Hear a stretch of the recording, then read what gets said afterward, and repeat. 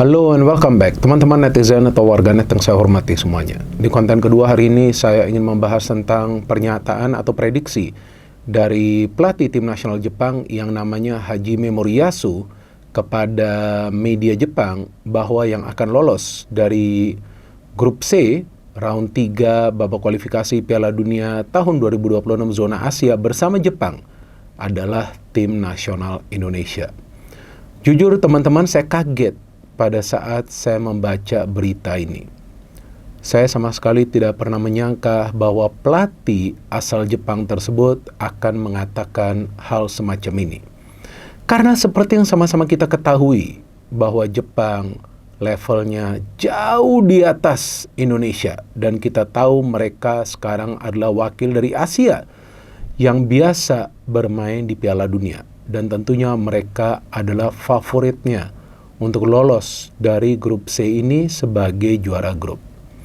Namun ternyata pelatih ini bisa memberikan prediksinya yang membuat dunia internasional tentunya kaget.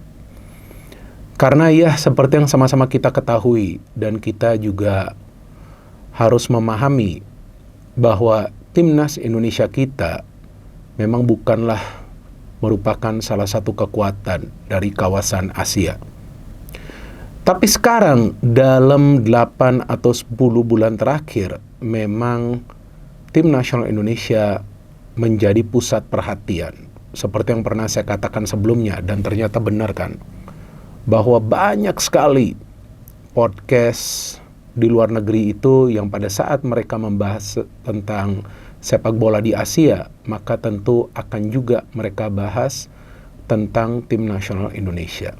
Ya karena memang kelihatan ada progresnya. Peringkat FIFA-nya naik terus, kemudian juga bisa mendapatkan 2 poin di 2 pertandingan awal dari round 3 ini, dan juga permainannya tidak buruk ya. Tidak banyak kesalahan yang dilakukan oleh para pemain yang bisa dimanfaatkan oleh para pemain tim lawan. Kita sekarang punya pemain-pemain yang bermain di Eropa, style of play-nya kelihatan banget dinamis. Apa artinya dinamis itu? Artinya penuh energi.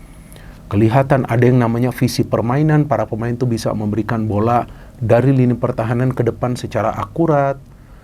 Ada pemain-pemain muda juga di timnas kita, bahkan usia rataan dari starting lineup timnas kita lawan Australia itu adalah 23 tahun 9 bulan teman-teman. Kita punya timnas yang masih muda, tapi sudah menarik perhatian dari dunia internasional. Ngerti gak sih apa yang saya katakan baru-baru ini? Ya, dan berkali-kali saya katakan bahwa tim nasional Indonesia kita ini sekarang sedang meroket. Ini bukan sebuah ilusi, apalagi mimpi. This is the reality. Jadi inilah realita bahwa tim nasional Indonesia kita sekarang grafiknya itu lagi naik dan harus kita jaga. Bagaimana caranya kita menjaga? Sebagai supporter kita harus mendukung habis-habisan. Tapi juga kita harus merendah. Janganlah kita lebay. Berkali-kali saya katakan itu. Jangan kita lebay. Tapi kita harus merendah. Untuk apa? Untuk terus kita meroket. Timnas kita meroket. Jadi pada saat tim nasional kita performanya lagi bagus, kita sebagai pemain ke-12 juga harus bagus. Dalam arti kata apa bagus? Kita juga harus menjaga narasi kita di sosial media. Jangan sedikit-sedikit kita menghina atau menghujat pemain kita sendiri. Jangan sedikit-sedikit kita memberikan kritikan yang over. Boleh kritik, kenapa gak boleh kritik? Tapi janganlah segala hal kita kritik ya. Karena para pemain di atas lapangan itu berdarah-darah mereka berjuang. Tidak ada yang namanya males-malesan. Sejak Sintayong melatih tim nasional Indonesia, kita tahu dia meminta para pemain siapapun itu yang diberikan menit bermain harus tampil dengan energi tinggi. Itulah yang dia katakan. Harus berkorban untuk tim nasional Indonesia. Gak ada pemain yang malas-malasan sekarang ini. Jadi semua pemain harus terlibat dengan permainan penuh energi. Nah itulah yang tentunya juga menarik perhatian dari pelatih tim nasional Jepang. Padahal kita tahulah Jepang kan sudah punya materi pemain yang istimewa. Kok bisa pelatih ini sampai mengatakan bahwa Indonesia akan menemani Jepang? Karena pelatih ini punya yang namanya naluri. Dia punya yang namanya insting. Dan timnasnya pernah berhadapan dengan Indonesia di Piala Asia Senior lalu. Yang dia pun mengakui gak gampang mengalahkan Indonesia. Dan sebetulnya Indonesia tidak bermain buruk. Lawan yang sekarang ini menurut saya adalah raksasa di kawasan Asia. Jepang. Jepang loh ini bos. Ini Jepang. Bukan ya Maladewa atau juga ya negara-negara yang memang kita tahu timnasnya gak kuat. Ya kan? Ini pelatih tim nasional Jepang yang mengatakan seperti itu. Jangan-jangan dia buzzer loh. Dari Sintayong. Iya kan? Nah, iya kan? Inilah kadang-kadang saya kesal juga dengan mereka yang nggak paham dengan perkembangan dari tim nasional kita. Yang sebelumnya para pemain tentunya bersama juga dengan Sintayong menjalankan yang namanya proses. Jadi janganlah juga kita mendiskreditkan pelatih asal Korea Selatan ini. Ya, karena Sintayong itu betul-betul coba untuk membentuk tim nasional yang kuat. Dan juga seperti yang berkali-kali saya katakan, nggak salah. Dia juga memilih pemain-pemain keturunan Indonesia. Nggak ada salahnya sama sekali. Dan terbukti. Walaupun belum tentu timnas kita akan lolos ke Piala Dunia. Dan tidak pernah ada target sebelumnya untuk lolos ke Piala Dunia. Jadi saya harapkan teman-teman juga jangan over ekspektasi. Karena sekarang saya sudah mulai membaca nih narasi-narasi di sosial media yang menggambarkan bahwa seolah-olah tim nasional kita pasti lolos ke Piala Dunia. Bahkan dari round 3, jangan seperti itu dong. Karena nggak pernah ada target seperti itu.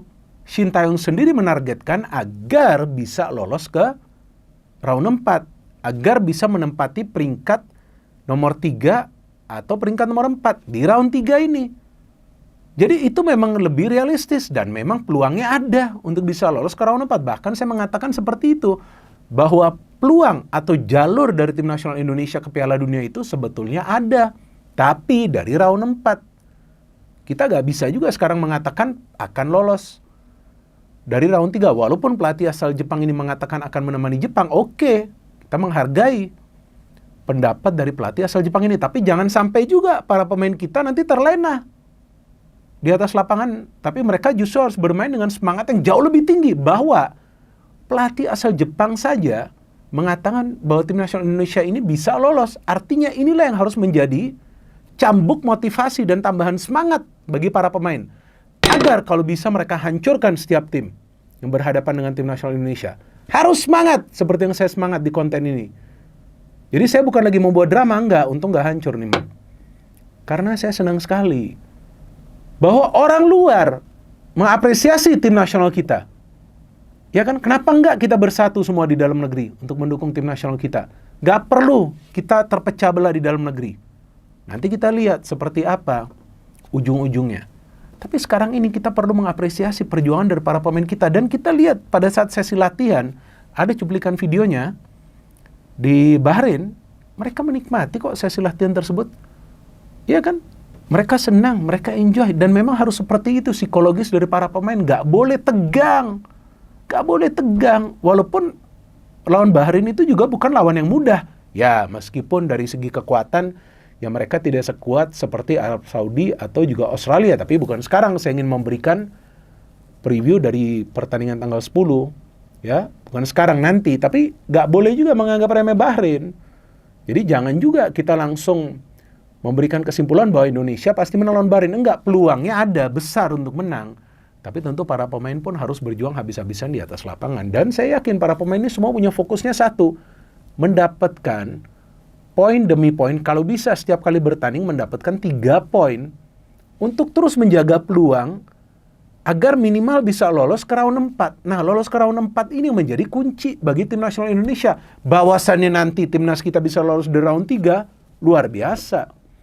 Tapi kan sekarang kita bisa melihat bahwa timnas yang merupakan favorit di grup ini, pelatihnya saja bisa mengatakan bahwa Indonesia akan menemani Jepang. Gila gak tuh, bos?